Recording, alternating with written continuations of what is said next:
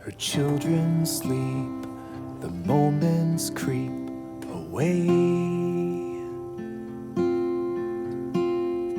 In stale rooms with diesel fume malaise.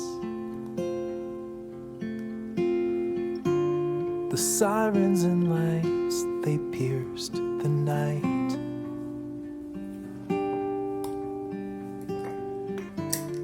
Stirring up a sleeping appetite.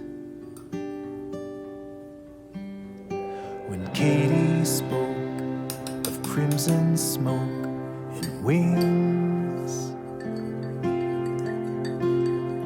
the meadowlarks and ghetto parks would sing.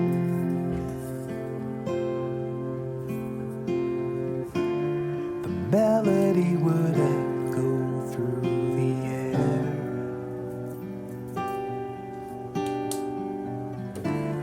And travel through the window to her chair.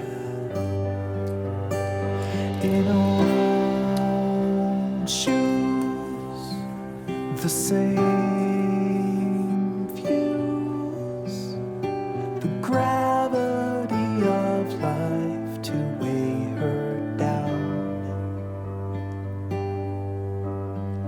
In gray